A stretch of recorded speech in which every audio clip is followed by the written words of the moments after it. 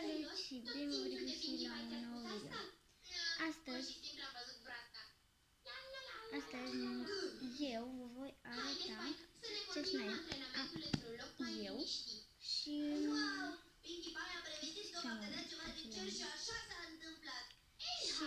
cum iese el, adică și textură, și o să vă explic totul în început.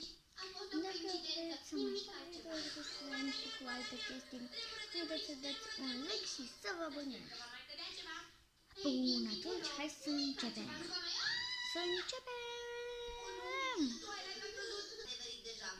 Stai așa, să nu-mi zici că și tu crezi în poveștile astea. Știu că nu prea are noimă, dar noi cei din Ponyville am învățat în timp că dacă lui Pinky îi tremură coada, trebuie să fii cu băgare de seamă. Întrețar urechile. O, și asta ce mai înseamnă?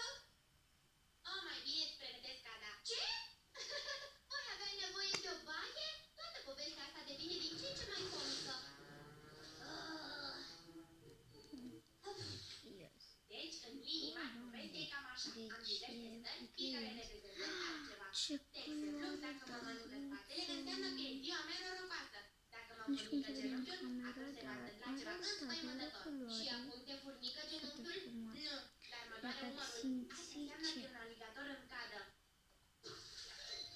Oricum, dacă trec pretările se vor regeneră. Aligatorul nu e numai un fricoșător, e și periculos.